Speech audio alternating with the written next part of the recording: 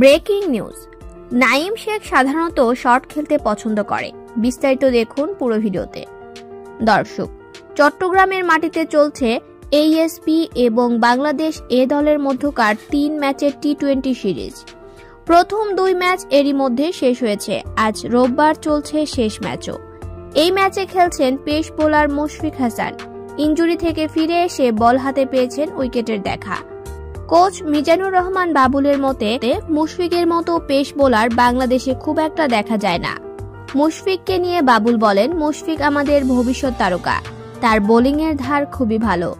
এরকম সুঠামদেহী pace bowler আমাদের খুব কম আছে। তার বোলিং দক্ষতা খুবই ভালো, তবে বিগত দিনগুলোতে সে কিছুদিন পরপরই চোটে আক্রান্ত হচ্ছিল, তাই এটা আমরা খুব ভালোভাবে মনিটরিং করছি। এখন তাকে সুপার ফিট মনে হচ্ছে।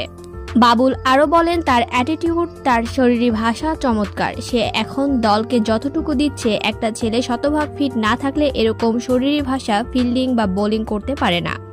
পরে জাতীয় দলের ওপেনার নাঈম শেখকে নিয়ে বাবুল বলেন, নাঈম শেখ সাধারণত শর্টস খেলতে পছন্দ করে।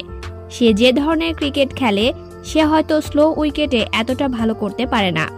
একজন ক্রিকেটার হিসেবে এটা তার মানিয়ে নিতে হবে।